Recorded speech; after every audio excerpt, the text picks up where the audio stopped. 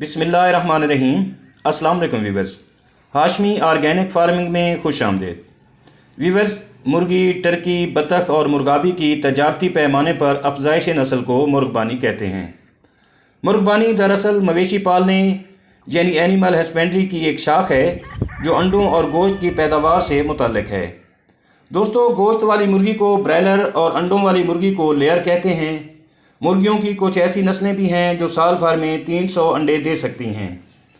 ताहम 12 माह के बाद मुर्गी की अंडे देने की सलाहियत कम होने लगती है, लिहाजा बाद में ये ज़िबा करके गोश्त के लिए इस्तेमाल होती हैं।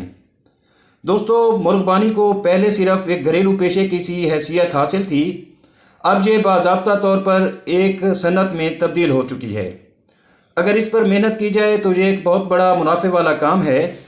वीवर्स, अंडे और गोश्त भला किसे पसंद नहीं है, लेकिन जैसे ही सर्दियां आती हैं मुर्गी और अंडों के रेटों को पर लग जाते हैं और ये सफ़ेद पोश और गरीब तबका के बस से बाहर हो जाते हैं।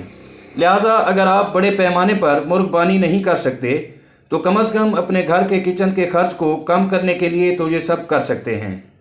दोस्तों, अंडों के लिए मुर्गी की बहुत सी नस्लें हैं, लेकिन चंद कुछ ज़्यादा मशहूर हैं। इनमें फ्यूमी, क्रॉस, गोल्डन, मिस्री और RIR नस्ल की मुर्गियां अंडों के लिए मशहूर हैं।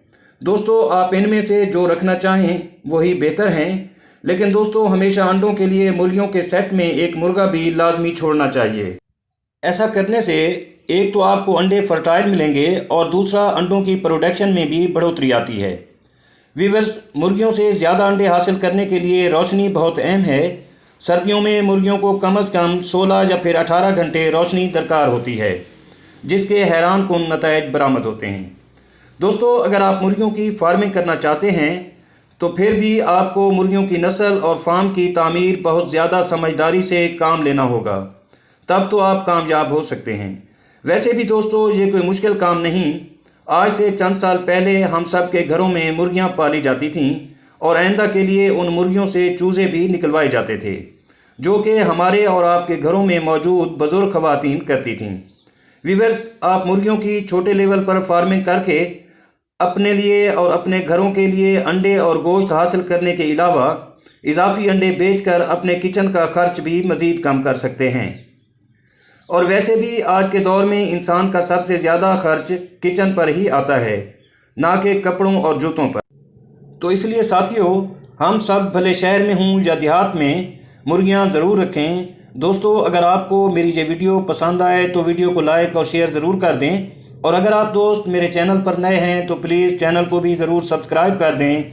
बहुत शुक्रिया। दुआ है कि अल्लाह हम सब पर मेहरबान रहे। आमीन। जल्द मिलते हैं किसी अगली वीडियो में, तब तक अल्लाह हाफिज़।